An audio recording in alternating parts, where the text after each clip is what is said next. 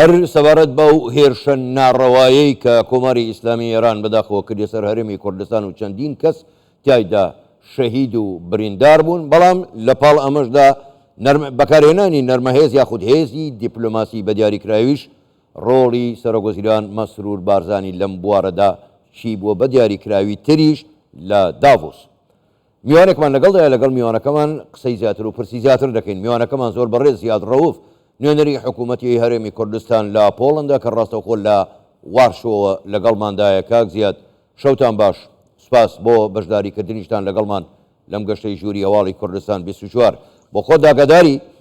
لە کۆربەندی ئابووری داڤۆس مەسرور بارزانی سەرۆکی حکوومەتی هەرێمی کوردستان ڕۆڵی گەورەی بینی لە بواری دیپلۆماسیەت و دیداری زۆریشی هەبوو لەگەڵ سەرۆکی وڵاتان، سەرۆکوەزیران، وەزیرانی دەرەوە بۆ گەیاندنی مەزلومیەت و ناڕەوایەتی ئەو هێرشەی کە ئێران کردیە سەر هەرێمی کوردستان و شەهید و برینداری لێکەوتەوە. من دەمەوێت بزانم ئێوە وەکو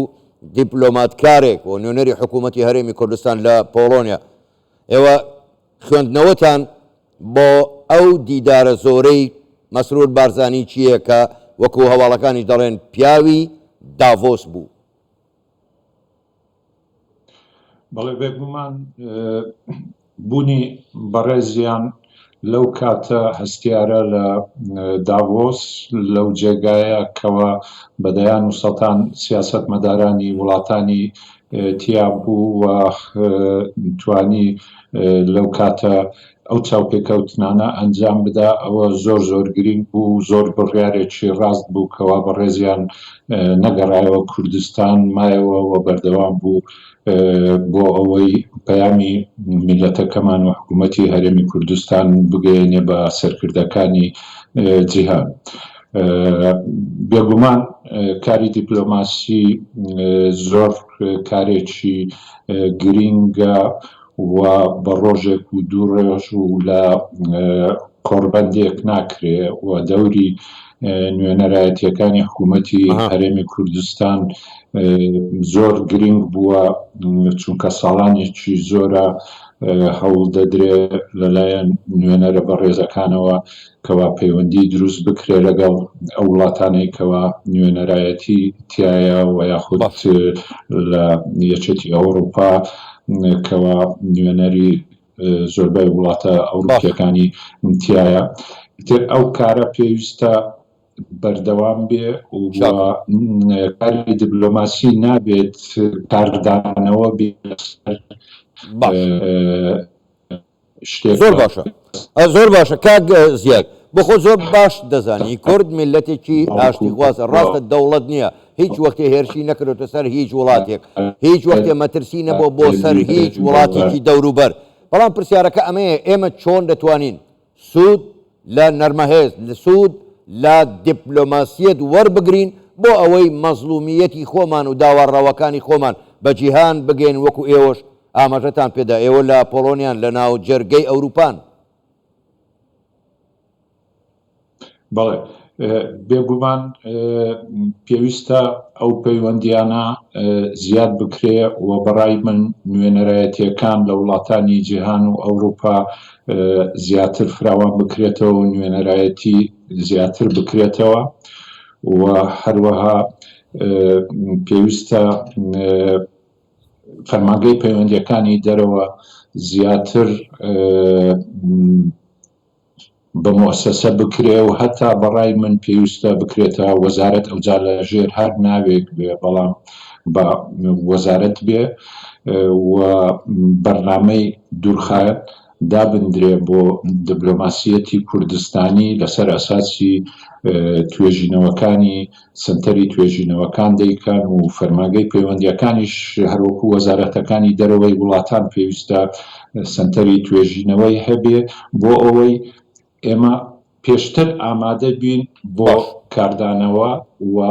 چەند ڕێگایەک و هەڵوێستێک ئامادە بکەین بۆ هەر شتێک ڕوودەدا، چونکە باش دەزانین کەوا دیپلۆماسیەت تەنیا سۆز و عاتیفە نییە، بەرژەوەندی زۆر گرنگی تایە. ئێمە وەکو هەرێمی کوردستان ڕاستە دەوڵەت نینە، بەڵام جێگای ئێمە جێگای جیۆپۆلیتیکی هەرێمی کوردستان زۆر گرینگە بە تایبەتی لە ڕۆژهەڵاتی ناوەڕاستکەوە جێگایەکە ئێستا لە هەموو لایەکەوە هەروکو دەڵێن دەکوڵێ و شەڕی زۆر گەورە دیارە بۆیە ئێمە دەبی بەردەوام پلانی دوورخایەنمان هەبێت و هەموو هێرکەکانمان نەخەینە یەکەوە پەیوەندیەکانمان فراوان بکەینەوە وڵاتە زرهێزەکان تاقە وڵات نینەکەوە کاریگەرین یان هەیە لەسەر هەرێمی کوردستان و لەسەر سیاسەتی زۆر وڵاتانی تریش. زۆر باشە کاک زیاد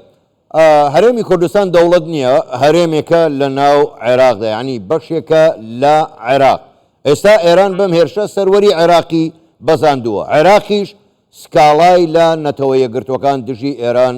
تۆمار کردووە پێ دوایە ئەو سکاڵەیە عێراق هەچی لێ سەوز ببێت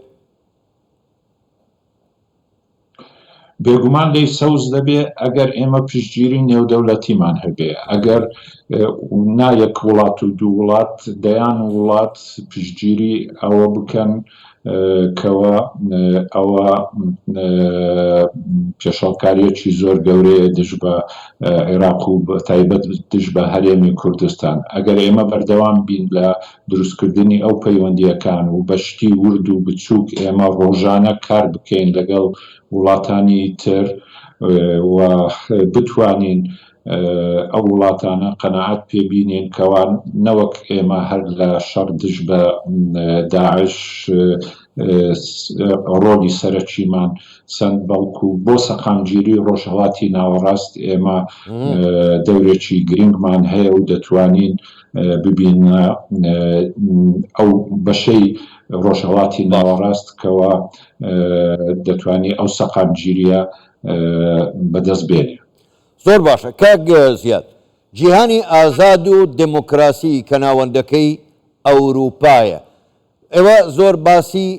دیپلۆماسیەت و پەیوەندی دیپلۆماسیەکانیشتان کرد کاتی ئەوە نەهاتووە دیپلۆماسیەتی کوردی وا لە جیهانی ئازاد و لەو جیهانە دیموکراتیە بکە کە تێیان بگەێنێ میلەتێک هەیە لە بەردەم قڕکردنە چەندین جاری کە ئەنفال و کیمیاباران کراوە کاتی ئەوە نەهاتووە جیهانی ئازاد و دیموکراسی ئەگەر بۆ بەرژەوەندی خۆشیان بێ هەوڵ بدەن ئەم هەرێمە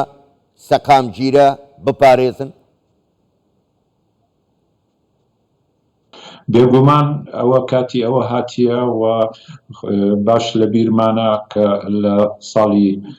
2017 پاش گشتپرسی چۆن وڵاتانی جیهان ڕەوشیان چی بوو بەرامبەر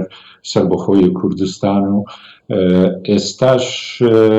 ئێمە دەبی دەرسێک لەو کاتەوەر بگرین و لەو ئەزمونەی ڕفرەندوم ئێستا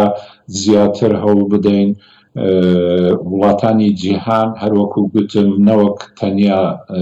زلهێزەکان بەڵکو وڵاتانی تریش چونکە ئێستا دیپلۆماسیەت تەنیا ئەوە نییە ئێمە لەگەڵ چەند وڵاتێک پەیوەندیمان هەبێ بەڵکو دیمان لەسەر بۆ نمونە غەزە چۆن جنوبی ئەفریقیا بۆ مەحکەمەی دووەلی سکاڵای نات ئێمە ئەگەر چەند وڵاتێکی وا هەبێکەوە پشتگیریمان بکەن دوور لە بەرژەوەندی خۆیان چونکە ئەو وڵاتە زلهێزانە زۆربیان ململانێ دەکەن و بەرژەوەندی خۆیان هەیە و بەرژەوەندی کوردستان بە جۆرەی ئەو بەرژەوەندیە گرنگ کەوا لە هەموو ناوچەکە هەیە لەوانەیە زۆر گرنگ نەبێ بەڵام پێویستە ئێمە وا بکەین بە تایبەتی ئەو وڵاتانەی کەوا بەرژەوەندیە کەمە لێرە بەڵام دەوریان هەیە لە سیاسەتی نێودەوڵەتی ئەوانەش دەوری خۆیان ببینن. زۆر باشە زۆر بەڕێز یادڕەوف نوێنەری حکوومەتی هەرێمی کوردستان لە پۆڵەندا لە وارشۆوە لەگەڵمان بووی گەلێک سپاس بۆ بەشداریکردنتان لەگەڵمان سپاس بۆ ئێوە شەوتان باش. سپاس بۆ ئێوەش.